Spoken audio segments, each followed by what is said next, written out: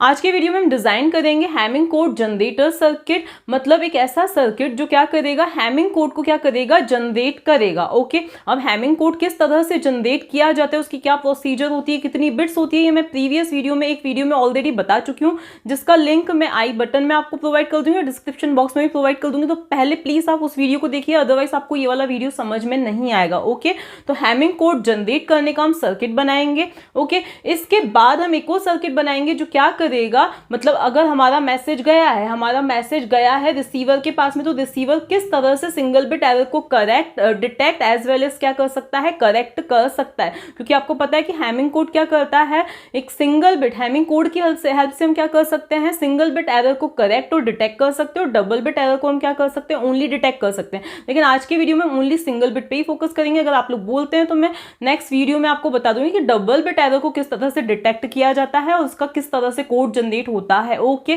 तो अभी हम किस पे फोकस करेंगे, सिंगल बिट एरर के लिए हैमिंग कोड जनरेटर पे हम फोकस करेंगे। ओके, तो हम बात करेंगे 7/4 हैमिंग कोड की। अब ये 7/4 का मतलब क्या होता है, मान लिया कि हमारे जो डेटा है, डेटा जो हम सेंड करना चाहते हैं उसकी जो साइज है वो क्या है, 4 बिट्स है। उसकी साइज क्या है, 4 बिट्स है। तो रिडंडेंट बिट्स या पैरिटी बिट्स की अगर हम हैमिंग कोड की बात करें तो उसकी साइज क्या होती है, 3 बिट्स। मतलब इस 4 बिट डेटा के लिए हमें 3 रिडंडेंट बिट्स की, पैरिटी बिट्स की क्या होती है, जरूरत पड़ती है हैमिंग कोड के केस में। क्यों पड़ती है, कैसे पड़ती है, उसके लिए आप वो प्रीवियस वीडियो देख लीजिए जिसमें मैंने ये सारी चीजें एक्सप्लेन की हैं। तो टोटल कितनी हो जाएंगी हमारी, 7 बिट्स। 7 बिट्स का हमारा क्या हो जाएगा, हमारा मैसेज हो जाएगा, जिसमें से ये 4 क्या डिनोट करता है, डेटा को। ये होता है टोटल मैसेज जो हम सेंड करने वाले हैं, जिसमें से 4 क्या है, डेटा बिट्स है, एंड 7 - 4 3 क्या है, रिडंडेंट बिट्स हैं। अब मैसेज जो है वो किस तरह से बनता है, तो ये देखो 7 बिट्स हैं, तो 1 2 3 4 5 6, ये टोटल कितने हो गए, 1 2 3 4 5 6 7, ये 7 बिट्स हो गई। ओके, अब यहाँ पर ये है हमारी फर्स्ट लोकेशन, ये है हमारी सेकंड, ये थर्ड, ये फोर्थ, ये फिफ्थ, ये सिक्स्थ एंड ये 7th। अब कहाँ पर हमारी डेटा बिट्स आती हैं, कहाँ पर हमारी पैरिटी बिट्स आती हैं। तो ये एक रूल होता है कि जो पैरिटी बिट्स होती हैं वो 2n लोकेशन पे रहती हैं। फॉर एग्जाम्पल 2 कितना हुआ, 1, देन 2 कितना हो जाएगा, 2, देन 2 कितना हो जाएगा, 4, इसी तरह से 2 कितना हो जाएगा, 8। लेकिन यहाँ पर 8 बिट्स ही नहीं है, तो हम यहाँ पर हमारे इस वाले मैसेज के लिए हमारी जो पैरिटी बिट्स आएंगी वो यहाँ आएंगी। मतलब फर्स्ट लोकेशन पे होगी हमारी पैरिटी बिट, दैट इज ये P1, देन सेकंड लोकेशन पे होगी हमारी पैरिटी बिट, मतलब रिडंडेंट बिट, देन हमारी फोर्थ लोकेशन पे क्या होगी, पैरिटी बिट होगी। तो रिमेनिंग बिट्स पे क्या होगा, हमारा डेटा होगा। तो यहाँ पर D3, क्योंकि ये थर्ड लोकेशन है तो हमने D3 लिखा, देन ये फिफ्थ लोकेशन है तो हमने D5 लिखा, ये सिक्स्थ लोकेशन है तो हमने D6 लिखा, और यहाँ पे हमने लिखा D7 लिखा। ओके, तो इस तरह से क्या होता है, हमारा मैसेज जाता है। अब बात ये आती है जनरेट किस तरह से होता है। तो अब देखो, मान लिया हमारा जो डेटा है वो क्या है, 1101 है। 1101 हमारा क्या है, डेटा है। क्या है, डेटा है। अब ये चीज तो फिक्स है कि 1101 ये डेटा कहाँ पे आएगा, D6 D7 D6 D5 and D3 पे। तो यहाँ पर मैं डेटा को फिल कर देती हूँ 1101। तो ये मैंने किसको फिल कर दिया है, डेटा को यहाँ पर फिल कर दिया है। इसके बाद अब ये पैरिटी बिट्स किस तरह से कैलकुलेट होती हैं, पहले हम उसका थोड़ा सा बेसिक देख लेते हैं। वैसे तो मैं प्रीवियस वीडियो में बता ही चुकी हूँ। अब ये पैरिटी बिट्स किस तरह से जनरेट होती हैं ये मैं पहले वैसे तो बता चुकी हूँ अच्छी तरह से विद एग्जांपल, लेकिन हम एक बार फिर से देख लेते हैं कि मान लिया ये हमारा डेटा है 1101, ये क्या है, हमारा डेटा है। अब बात आती है कि पैरिटी बिट्स किस तरह से कैलकुलेट होंगी। तो अब पैरिटी बिट्स कौन कौन सी है, P1 है, P2 है और P4 है। अब ये जो P1 है वो डिपेंड करती है D3 पर, D5 पर एंड D7 पर। अब ऐसा क्यों, इसमें रटने का कोई ज़रूरत नहीं है, इसमें आप प्रीवियस वीडियो देखिए, उसका पूरा मैंने रीज़न आपको बता रखा है कि ये 3, 5, 7 पर क्यों डिपेंड करती है। इसी तरह से P2 जो है वो डिपेंड करती है किस पर, 3 पर, D3 पर, D6 पर और D7 पर डिपेंड करती है। अगर हम P4 की बात करें तो ये किस पर डिपेंड करती है, D5 पर, D6 पर और D7 पर डिपेंड करती है। ओके, तो ये क्या होता है, रूल होता है। ओके, ये क्या होता है, रूल होता है। अब रूल मतलब रटने वाला रूल नहीं है, अब इसका भी कोई लॉजिक है वो आप उस वीडियो में देख सकते हैं। ओके, अब P1 किसके अकॉर्डिंग कैलकुलेट होगी, D3, D5 एंड D7 पर। D3 की वैल्यू क्या है, 1 है। D5 की वैल्यू क्या है, 0 है। D7 की वैल्यू क्या है, 1 है। अब देखो, अब थोड़ा सा ये लॉजिक समझोगे तो ही आपको समझ में आएगा कि हम सर्किट डायग्राम ऐसे क्यों डिजाइन कर रहे हैं। डायरेक्टली अगर मैं आपको सर्किट डायग्राम बता देती तो आपको रटना पड़ता, इसीलिए मैं थोड़ा सा ये लॉजिक बता रही हूँ। अब D3, D6 एंड D7 की वैल्यू क्या है, देखो 3, 5, 7 की हमने लिख दी, 3 की, 5 की एंड 7 की। अब 3, 6, 7 की वैल्यू क्या है, तो 1, 1, 1, तो 1, 1, 1। 5, 6, 7 की वैल्यू क्या है, 0, 1, 1 है। ओके, तो ये तो हमने वैल्यूज लिख दी। अब ये कैलकुलेट कैसे होगा, तो अगर हम इवन पैरिटी की बात करें, मतलब मैं ये जो पैरिटी बिट्स चाहती हूँ वो इवन पैरिटी रूल के अकॉर्डिंग कैलकुलेट होनी चाहिए। इसका मतलब क्या है कि number of ones should be even, ones का जो काउंट है वो क्या होना चाहिए, इवन होना चाहिए। उसके अकॉर्डिंग क्या होगा, यहाँ पर P1 की जो वैल्यू है, क्योंकि देखो यहाँ पर कितने वंस है, 1, 1, मतलब 2 वंस है, मतलब ऑलरेडी इवन है, तो इसका मतलब P1 की वैल्यू क्या होगी, 0 होगी। P1 की वैल्यू क्या होगी, 0 होगी, तभी इसमें नंबर ऑफ वंस क्या होंगे, इवन होंगे। इसी तरह से अगर हम P2 की बात करें तो देखो कितने वंस है, 3 वंस है, 1, 1, 1, 3 वंस है, 3 वंस है। इसका मतलब P2 की वैल्यू क्या होनी चाहिए, P2 की वैल्यू होनी चाहिए 1, ताकि नंबर ऑफ वंस 1, 2, 3, 4 इवन हो सके। इसी तरह से हम P4 की बात करें तो 0, 1, 1, कितने वंस है, 2 वंस है, तो P4 की वैल्यू क्या होनी चाहिए, 0 होनी चाहिए। तो इस तरह से हमने क्या कैलकुलेट किया है, इस तरह से हमने कैलकुलेट की है पैरिटी बिट्स को कैलकुलेट किया, इनको हम फिल कर देते हैं। तो P1 की वैल्यू क्या है, 0 है। P2 की वैल्यू क्या है, 1 है। P4 की वैल्यू क्या है, 0 है। तो ये जो है ये हमारा मैसेज जाएगा। बात ये आती है मैसेज जनरेट कैसे होगा, हमने तो इस लॉजिक से कर लिया। अब इसके लिए सर्किट किस तरह से डिजाइन किया जाएगा, तो अब हम सर्किट के लिए यहाँ पर लॉजिक देखें। देखो डेटा तो जैसा है वैसा ही रहेगा, वो तो हमें जनरेट नहीं करना है। बात ये आती है P1, P2 एंड P4 किस तरह से कैलकुलेट होंगे। तो अब यहाँ पर हमने क्या किया है, यहाँ पर हमने क्या किया है, इवन पैरिटी जनरेटर हमने क्या की है, इवन पैरिटी जनरेट की है। तो आप इवन पैरिटी जनरेटर का सर्किट भी देख सकते हैं कि किस तरह से हमने डिजाइन किया है। यहाँ तो आप थोड़ा सा बस एक बार लॉजिक लगाइए, हमने क्या किया है, इवन पैरिटी जनरेटर। देखो D3, D5, D7 की हमेशा यही वैल्यू है, वो तो जरूरी नहीं है। D3, D5, D7 की कुछ भी वैल्यू हो सकती है, मतलब इन 3 बिट्स की कुछ भी वैल्यू हो सकती है। तो यहाँ पर मैं लिख रही हूँ 0, 0, 0 भी हो सकती है, 0, 0, 1 भी हो सकती है, 0, 1, 0 भी हो सकती है, 0, 1, 1 भी हो सकती है, 1, 0, 0, 1, 1, 0, 1, 1, 1, इनमें से कुछ भी वैल्यू हो सकती है। तो जब इनकी वैल्यू 0 हो तो उस केस में, क्योंकि हम नंबर ऑफ वंस क्या चाहते हैं, नंबर ऑफ वंस हम चाहते हैं इवन हो, तो उस केस में इसकी वैल्यू 0 होगी। इस केस में P की वैल्यू 1 होनी चाहिए, इस केस में भी 1 होनी चाहिए, यहाँ पर 0 होनी चाहिए, यहाँ पर P की वैल्यू क्या होनी चाहिए, 1, यहाँ पर 0 होनी चाहिए और यहाँ पर 1 होनी चाहिए। अब हम एक छोटा सा इसका अगर हम सर्किट डायग्राम बनाते हैं तो वो किस तरह से बनेगा, मैं सिर्फ एक P के लिए बता रही हूँ, बाकी चीज़ों के लिए अंडरस्टूड है, सेम ही रहेगा। तो अब यहाँ पर अगर हम इसके लिए सर्किट डिज़ाइन करते हैं, मतलब पहले हम K मैप बनाएंगे, सॉरी सर्किट नहीं, K मैप हम डिज़ाइन करेंगे तो हमें उसकी इक्वेशन मिल जाएगी। तो अब ये देखो, ये क्या है, 0, 0, ये है 0, 1, ये है 1, 1, ये है 1, 0, ये है 0 और ये है 1। अब D की कोई सी भी वैल्यूज हो सकती है, सपोज मैं D3 एंड D5, D7 के लिए ले रही हूँ। ओके, इसी तरह से बाकी के लिए भी कैलकुलेट होगा। तो P की वैल्यू हमें 1 कहाँ मिल रही है, 0, 0, 1 पर मिल रही है, 0, 1, 0 पर मिल रही है। इसके बाद कहाँ पर मिल रही है, हमें 1, 0, 0 पर मिल रही है और 1, 1 पर मिल रही है।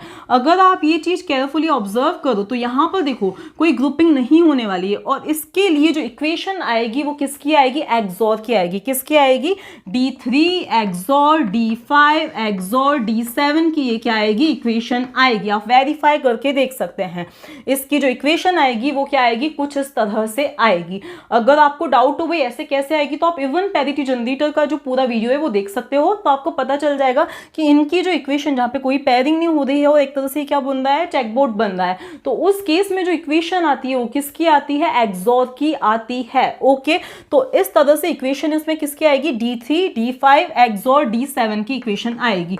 अब सेम इसी तरह का सर्किट तो किसके लिए बनेगा, P2 के लिए भी बनेगा, P4 के लिए भी बनेगा। तो हमारी जो P1 की इक्वेशन आई वो क्या आई हमारी, D3 XOR D5 XOR D7 ये आई। इसी तरह से हमारी P2 की जो इक्वेशन आएगी वो क्या आएगी, D3 XOR D6 XOR D7। Okay, इसी तरह से हमारी जो P4 की इक्वेशन आएगी वो क्या आएगी, D5 XOR D6 XOR D7। तो इस तरह से हमारे ये क्या होंगे, कैलकुलेट होंगे, कौन, पैरिटी बिट्स कैलकुलेट होंगी। अब हमें क्या बनाना है, इन्हीं इक्वेशंस के लिए सर्किट डायग्राम बनाना है पैरिटी बिट जनरेटर का। अब यहाँ पर देखो ये है हमारा data D7 D6 D5 D3, इनकी कुछ भी वैल्यू हो सकती है। अब हमें बनाना है सर्किट। सबसे पहले हम P4 के लिए देखें। देखो ये किसकी थी, P1 की थी, ये किसकी थी, P2 की थी, इसको हम हटा देते हैं।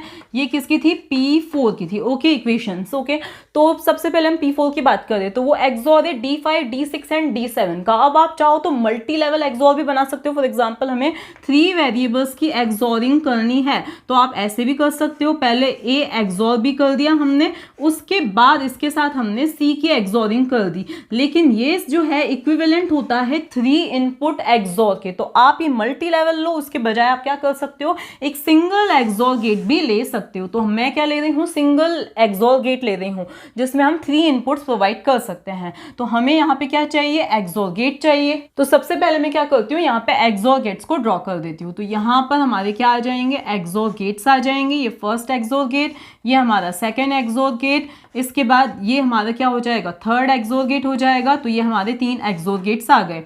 P4 की किसकी जरूरत है, D5 D6 एंड D7 की। तो यहाँ से देखो, अब यहाँ से हमें क्या करना है, ये इस तरह से आ जाएगा, ये इस तरह से आ जाएगा और ये इस तरह से, देन ये कुछ ऐसे आ जाएगा।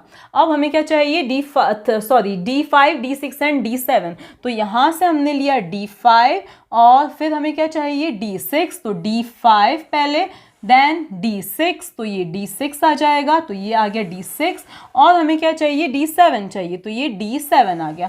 अब यहाँ से जो हमारा P4 जनरेट होगा, देखो ये क्या है, यहाँ पर हमारा डेटा आएगा। क्या आएगा, हमारा डेटा आएगा। तो ये आया हमारा सबसे पहले D7 एज इट इज नीचे आ जाएगा, D6 एज इट इज नीचे आ जाएगा, D5 एज इट इज नीचे आ जाएगा। इसके बाद हमें क्या चाहिए, यहाँ पे P4 चाहिए। क्या चाहिए, देखो 3 के बाद क्या आता है, 4 चाहिए। तो 4 कैलकुलेट होके यहाँ पर आएगा। देन D3 भी एज इट इज नीचे आ जाएगा। इसके बाद में 2 और 1 क्या आ जाएंगे, कैलकुलेट होके। तो 1 2 3 4 5 6 7। देखो D7 एज इट इज यहाँ आ जाएगा, D6 यहाँ आ जाएगा, D5 यहाँ आ जाएगा और P4 कैलकुलेट होके यहाँ पे आ जाएगा। इसके बाद में D3 यहाँ आ जाएगा, P2 और P1 कैलकुलेट होके यहाँ पे आएंगे। तो अब हमारा कौन कैलकुलेट हो चुका है, P4 कैलकुलेट हो चुका है। तो P4 को हमें कहाँ पर भेजना है, तो P4 को हमें भेजना है यहाँ पर। तो ये इस तरह से P4 कैलकुलेट होके आ गया। अब हमें क्या चाहिए, P2 के लिए चाहिए। तो P2 की जो इक्वेशन है वो क्या है, D3 D6 D7। मतलब हमने क्या कर रखी है, एक्सोरिंग कर रखी है D3 D6 और D7 की। तो हमें यहाँ से लेना है D3, देन हमें लेना है D6। तो ये यहाँ से आ गया D6, देन हमें क्या लेना है, D7 लेना है। तो ये D7 आ गया। अब कैलकुलेट कौन हुआ, P2 कैलकुलेट हुआ। P2 कैलकुलेट होके कहाँ पर आ जाएगा, यहाँ पर आ जाएगा। इसके बाद हमें कैलकुलेट करना है P1, D3 XOR D5 XOR D7। तो यहाँ से आया D3, देन XOR D5, तो ये आ गया D5 और फिर क्या आ जाएगा हमारा D7। तो D7 ये यहाँ से आ जाएगा। अब ये P1 कैलकुलेट होके क्या आ जाएगा यहाँ पर। तो हमने डेटा, यूजर ने डेटा प्रोवाइड किया 1101 या जो कुछ भी, उसके अकॉर्डिंग ये पैरिटी बिट्स कैलकुलेट हुई और फिर डेटा और पैरिटी बिट्स कंबाइन होके ये क्या बन गया, हमारा मैसेज बन गया, जो कि हमें क्या करना है, सेंड करना है। तो इस तरह से ये मैसेज तो सेंड हो जाएगा। इस 1101 के करस्पॉन्डिंग हमारा ये मैसेज तो बन गया, कैलकुलेट हो गया। अब ये मैसेज किसके पास जाएगा, रिसीवर के पास जाएगा। अब रिसीवर को क्या करना है, डिटेक्ट करना है कि क्या कोई एरर है, क्या कहाँ पर एरर है, और एरर जिस भी बिट पे है उसको क्या कर देना है, कॉम्प्लीमेंट कर देना है। ओके, मतलब करेक्ट करने के लिए कॉम्प्लीमेंट ही, क्योंकि 0 है तो उसमें एरर आई होगी तो 1 बना होगा, तो उसको हमें फिर से कॉम्प्लीमेंट कर देना है। अब एरर डिटेक्ट करने के लिए फिर से क्या किए जाएंगे, P1 P2 and P4 calculate किए जाएंगे। लेकिन अब जो कैलकुलेशन होगा वो कुछ इस तरह से होगा। P1 अगर हमें कैलकुलेट करना है तो उसके लिए हम क्या करेंगे, P1 XOR, अब यहाँ पर हमें ओनली क्या ऐड कर देना है, P1 को और ऐड कर देना है इस इक्वेशन में, XOR D3 XOR D5 XOR D7। एक तरह से हमें फिर से क्या करना है, इवन पैरिटी के लिए ही चेक करना है, इसीलिए मैंने यहाँ पे XOR ऑपरेशन अपने आप लगा दिया। देखो क्या है कि हमने, क्योंकि रिसीवर को पता है कि ये जो पैरिटी बिट्स कैलकुलेट हुई थी वो किसके लिए हुई थी, इवन पैरिटी के लिए कैलकुलेट हुई थी, तो रिसीवर जो है फिर से क्या करेगा, इवन पैरिटी कैलकुलेट करेगा और उनको P1 की जो वैल्यू रिसीव हुई उनके साथ क्या करेगा, कंपेयर करेगा, ये उसका एम है। ओके, तो अब क्योंकि मैंने आपको बता दिया कि इवन पैरिटी के लिए हमें क्या यूज करना है, एक्सोर गेट्स यूज करने, तो मैंने डायरेक्टली यहाँ पे क्या कर दिया है, एक्सोर गेट्स लगा दिए हैं। ओके, और यहाँ पर हमने क्या लिखा, आप नहीं भी लगाओ तो भी कैलकुलेट तो इवन पैरिटी करनी है, हमें वही होने वाला है। अब P2 के लिए अब क्या किया जाएगा, यहाँ पे हमने लगाया P2 XOR, अब हम क्या लिखेंगे, D3 XOR D6 XOR D7, okay sorry XOR D7। इसके बाद हम P4 के लिए क्या करेंगे, यहाँ पे लिखा हमने P4 XOR D6 sorry D5 XOR D6 XOR D7। Okay, अब हम इन सभी की वैल्यूज लिखते हैं। अब P1 की जो रिसीव्ड वैल्यू है वो क्या है, 0 है, P2 की जो रिसीव्ड वैल्यू है वो क्या है, 1 है, और P4 की जो रिसीव्ड वैल्यू है वो क्या है, 0 है। D3 D5 D7 हमें अब ये रिसीव्ड मैसेज में देखना है। ओके, क्योंकि रिसीवर को ये नहीं पता उसने क्या मैसेज भेजा गया था, उसको सिर्फ ये रिसीव्ड मैसेज का आइडिया है। तो D3 D5 D7 की वैल्यू क्या है, तो D3 की वैल्यू है 1, D5 की वैल्यू है 1 एंड D7 की वैल्यू भी क्या है, 1 है। जब हम यहाँ पर भी, क्योंकि अब रिसीवर को भी क्या करना है, इवन पैरिटी के लिए कोड जनरेट करना है, तो यहाँ पर जो कोड जनरेट हो रहा है, मतलब P1 की जो वैल्यू आ रही है वो क्या आ रही है, तो इसके अकॉर्डिंग P1 की वैल्यू क्या आ रही है, 1 आ रही है। क्या आ रही है, 1 आ रही है। तो इस तरह से P1 की वैल्यू हमें क्या मिली है, 1 मिली है। इसको यहाँ पे जस्ट हमें नोट करके रखना है। इसके बाद में P2 को हम कैलकुलेट करेंगे, तो P2 की रिसीव्ड वैल्यू क्या है हमारी, 1, D3 की 1, D6 की 1 और D7 की 1 है। इनकी एक्सोरिंग करेंगे, क्योंकि हम इवन पैरिटी के लिए कर रहे हैं, एक्सोरिंग करेंगे तो हमें क्या मिलने वाला है, क्योंकि ऑलरेडी इवन नंबर ऑफ 1 से, तो हमें क्या मिलेगा, यहाँ पे 0 मिलेगा। इसी तरह से P4 के लिए हम क्या करेंगे, तो ये P4 की रिसीव वैल्यू 0, ये 1, ये 1 और ये 1 है, तो इनकी अगर हम एक्सोरिंग करेंगे, क्योंकि नंबर ऑफ वंस क्या है, ऑड है, तो हमें यहाँ पे क्या मिल जाएगा, 1। तो हमें जो है ये जो P1 P2 P4 की वैल्यू जो मिली है वो क्या मिली है, 1 0 1 मिली है, मतलब नॉन जीरो वैल्यू है।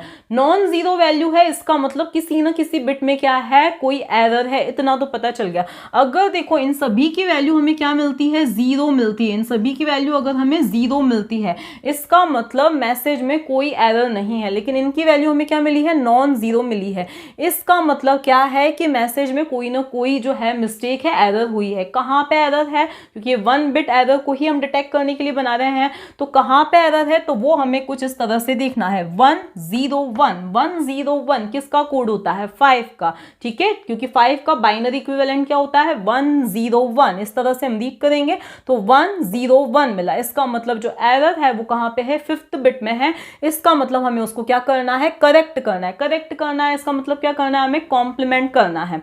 यही अगर हमें कोड क्या मिलता, देखो P4 P2 P1 की वैल्यू अगर हमें मिली है 101, इसका मतलब किसको कॉम्प्लीमेंट करना है, हमें D5 को कॉम्प्लीमेंट करना है। अगर इसकी वैल्यू कुछ होती 110, इसका मतलब हमें क्या करना होता, D6 को कॉम्प्लीमेंट करना होता। इसी तरह से अगर इसकी वैल्यू होती 100, इसका मतलब हमें D4 को कॉम्प्लीमेंट करना होता, और इसी तरह से ये चीज चलती, ठीक है, D4 को कॉम्प्लीमेंट करना होता। इस चीज का ध्यान रखो, 000 है, इसका मतलब नो एरर। क्या इंडिकेट करता है, नो एरर। हमें किसी को भी कॉम्प्लीमेंट नहीं करना है, क्योंकि D0 नाम की कोई बिट भी नहीं है यहाँ पे।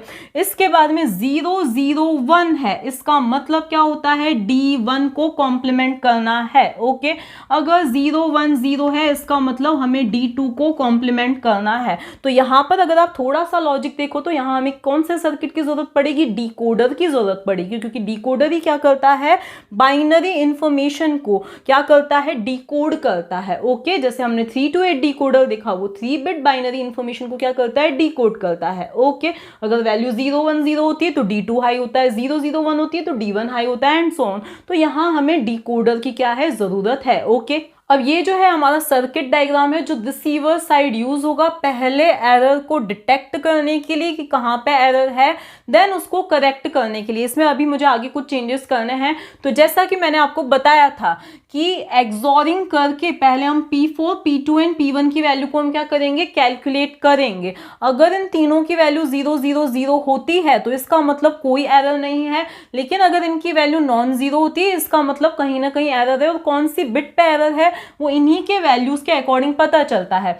अगर 0 0 0 है मतलब कोई एरर नहीं है तो ये वाली लाइन क्या हो जाएगी, हाई हो जाएगी, क्योंकि हमने यहाँ पे 3 to 8 लाइन डिकोडर यूज किया है, क्योंकि ये 3 बिट्स डिसाइड करेंगी कि कहाँ पे एरर है। ओके, कौन सी बिट में एरर है, तो उस केस में नो एरर। इसके बाद में अगर इनकी वैल्यू होती है 0 0 1 तो उस केस में हमारे जो आउटपुट लाइन है ये वाली हाई हो जाएगी। और आगे क्या करना है, हमें बिट 1 को कॉम्प्लीमेंट करना है। कैसे करना है अभी हम आगे करते हैं।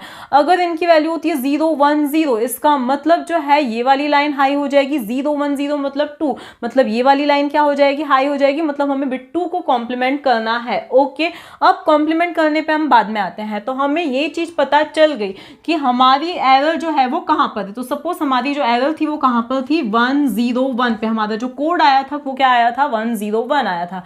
इसका मतलब 1 0 1 का डेसिमल इक्विवेलेंट क्या होगा, 5 होगा। तो ये वाली जो लाइन है वो क्या हो जाएगी, हाई हो जाएगी। मतलब मुझे 5th बिट को क्या करना है, कॉम्प्लीमेंट करना है। कैसे कॉम्प्लीमेंट करना है, तो कॉम्प्लीमेंट करने के लिए आइदर मैं इन्वर्टर यूज कर सकती हूँ या तो फिर मैं क्या कर सकती हूँ, एक्सोर गेट। लेकिन इन्वर्टर यूज करना सही नहीं होगा। क्यों सही नहीं होगा, क्योंकि यहाँ पर तो मुझे पता है इस बिट में एरर है तो मैं सिंपली इन्वर्टर लगा सकती हूँ, लेकिन मैं सभी के लिए तो इन्वर्टर नहीं लगा सकती। हो सकता है नेक्स्ट केस में यहाँ एरर हो या किसी और केस में यहाँ एरर हो या कहीं और एरर हो, तो मैं सभी के लिए तो इन्वर्टर है, अलग अलग से तो मैं इसमें चेंजेस नहीं करूंगी। तो बेटर ऑप्शन क्या होगा कि मैं एक्सोर गेट्स का यूज करूं। यहाँ पर कैसे एक्सोर गेट्स का यूज करूं, तो यहाँ पर तो क्योंकि मुझे कॉम्प्लीमेंट करने की जरूरत है ही नहीं, मुझे कॉम्प्लीमेंट करने की जरूरत है तो वो किसको कॉम्प्लीमेंट करने की जरूरत है, इसको कॉम्प्लीमेंट करने की जरूरत है, तो मैं यहाँ पे एक्सोर गेट लगा लूं। अब ये एक्सोरिंग मुझे किसके साथ में करनी है, तो यहाँ पे एक्सोरिंग मुझे अगेन किसके साथ में करनी है, जो रिसीव्ड बिट है उसके साथ में। तो यहाँ पर मैं सर्किट को थोड़ा सा पहले मॉडिफाई कर देती हूँ। अब ये जो है ये क्या है, मेरा मॉडिफाइड सर्किट डायग्राम है जो फाइनली जो किसी भी सिंगल बिट एरर को करेक्ट कर सकता है। देखो आप अगर कहीं और बुक्स में देखोगे तो वहां पर जो है P1, P2 एंड P4 को कॉम्प्लीमेंट नहीं किया गया है, करेक्ट नहीं किया है। क्यों, क्योंकि वो पैरिटी बिट्स हैं। ओके, लेकिन मैंने यहाँ पे इनको भी क्या कर दिया है, कॉम्प्लीमेंट कर दिया है। तो अब जैसा कि मैंने आपको क्या बताया था कि 1 0 1 इसका मतलब कौन हाई हो जाएगा, ये O5 हाई हो जाएगा। ओनली यहाँ पर मुझे 1 मिलेगा और बाकी सभी जगह मुझे क्या मिलेगा, 0। ये तो इंडिकेट करता है नो एरर। यहाँ पर क्या मिलेगा, हमें 0 मिलेगा। और यहाँ पर भी क्या, अगर ये हाई होता तो नो एरर। ओके, अब यहाँ पर भी मुझे 0 मिला, यहाँ पर भी मुझे 0 मिला, यहाँ पर भी 0 मिला, यहाँ पर भी 0 मिला और यहाँ पर भी मुझे क्या मिला है, 0 मिला है। ओनली मुझे यहाँ पर क्या मिला है, 1 मिला है। अब D5 की जो भी वैल्यू होगी, D5 के साथ अगर मैं एक्सोरिंग करती हूँ 1 की, तो उस केस में मुझे क्या मिलने वाला है, D5 का कॉम्प्लीमेंट मिलने वाला है। अगर मैं किसी भी और इनपुट की एक्सोरिंग करती हूँ 0 के साथ में तो मुझे वही मिलने वाला है। अब कैसे हम वेरीफाई करते हैं, देखो D5 एक्सोर 1 हमें क्या मिलेगा, हमें एक्सोर की इक्वेशन पता है, इसका कॉम्प्लीमेंट और सिंपली ये, फिर हम यहाँ पे और लगाएंगे और फिर हम क्या लिखेंगे, D5 और यहाँ पे 1 का कॉम्प्लीमेंट क्या हो जाएगा, 0। तो हमें यहाँ पे क्या मिलेगा, D5 का कॉम्प्लीमेंट और यहाँ पर क्योंकि 0 एंड D5 है तो हमें 0 ही मिलेगा, तो हमें D5 का क्या मिलेगा, कॉम्प्लीमेंट। यही अगर यहाँ पर क्या होता, 0 होता तो आप वेरीफाई करके देख सकते हो कि हमें सिंपली D5 ही मिलता। तो यही लॉजिक हम यहाँ पे यूज कर रहे हैं। जिस बिट में प्रॉब्लम होगी वहां उसके करस्पॉन्डिंग हमें क्या मिल रहा है, यहाँ पे 1 मिल रहा है। अब 1 के साथ हम उसी बिट की एक्सोरिंग करेंगे तो वो बिट क्या हो जाएगी, कॉम्प्लीमेंट हो जाएगी। तो यहाँ पर क्योंकि मैं बाकी सभी की एक्सोरिंग किसके साथ में कर रही हूँ, 0 के साथ में, तो 0 के साथ एक्सोरिंग करने से बाकी सारी बिट्स तो मुझे एज इट इज मिलने वाली हैं। ये P2 मिलेगा, यहाँ पे क्या मिलेगा, D3 मिलेगा, क्योंकि मैं 0 के साथ में एक्सोरिंग कर रही हूँ।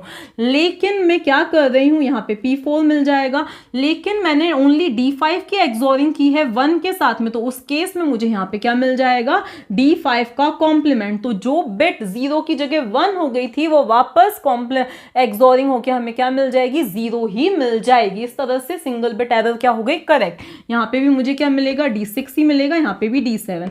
यही अगर एरर होती कौन सी, 7th बिट में, तो उस केस में 7th बिट में एरर होने की वजह से ये जो कोड जनरेट होता वो क्या होता, 1 1 1 होता। 1 1 1 होने की वजह से ये वाली जो आउटपुट बिट है वो ओनली 1 आती है और बाकी सभी क्या आते हैं 0। तो बाकी सभी की मैं एक्सोरिंग, देखो यहाँ पे P1 की एक्सोरिंग 0 के साथ P1 ही मिलता है, यहाँ पे P2 ही मिलता है, यहाँ पे भी क्योंकि आउटपुट 0 मिलता है तो मुझे D5 ही मिलता है। ओनली कॉम्प्लीमेंट किसका होता है, D7 का। तो इस तरह से हमने क्या देखा कि हम एक सिंगल बिट एरर को पहले हम क्या कर रहे हैं, इस सर्किट की हेल्प से हम क्या कर रहे हैं, डिटेक्ट कर रहे हैं, और फिर इस हमें यहाँ पे पता चल गया कि कौन सी बिट में एरर है, फिर इस सर्किट के अकॉर्डिंग हम उसको क्या कर रहे हैं, करेक्ट कर रहे हैं। ओके,